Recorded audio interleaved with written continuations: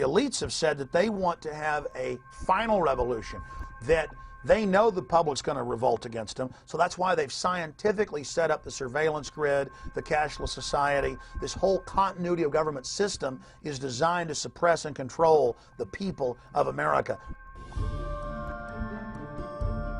My name is Sam Ozaki. I'm a native-born American citizen, Los Angeles, California.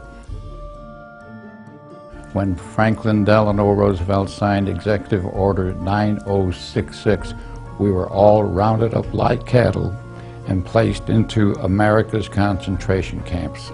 In May 2007, President Bush signed a National Security Presidential Directive 51. Most Americans would agree that it would be prudent to have a plan to provide for the continuity of government. They have such a plan. They introduced a little sketchy public version that's clearly inadequate, but they said, don't worry, there's a detailed classified version. Army Regulation 210-35. Now, this was set up in 1986 secretly, and for 10 plus years it was secret. And in 1997, Bill Clinton declassified this, and we were the first major radio show to cover it. Since then, it's been expanded. This lists 12 camps to hold American citizens that have been built by the United States Army. Beginning in October, the Army plans to station an active unit inside the United States. Under Northcom and under the new Homeland Brigade, it was first going to be 3,000, and then 20,000, and then 40,000.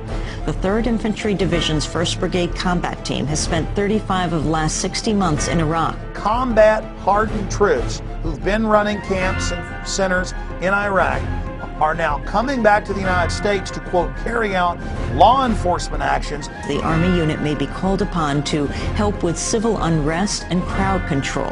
The primary purpose of this force is to provide help to people in need in the aftermath of a WMD-like event in the homeland. Why is the media on one hand saying there are no FEMA camps, but on the other hand, legislation has been introduced to build them? Here's H.R. 645 legalizing what has already been developed, what's already been paid for by FEMA. The government doesn't build things that are not needed or that there aren't contingency plans that say there's a reason for them. These are the kinds of camps that could be used for political dissidents, just like occurred in Nazi Germany. I think the government's anticipating that there's going to be a increased reaction against the economic downturn. All of our rights are predicated on a free America. And if we don't have a free America, all of the other questions become moot. Don't these companies have a responsibility morally if they're in there building camps and building shackles and building barbed wire facing in to speak out?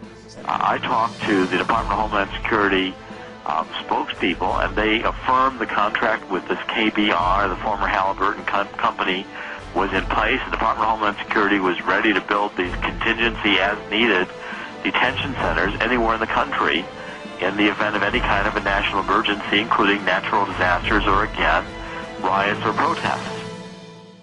The real terrorists are the people that have hijacked our nation that would dare say the First Amendment is terrorism.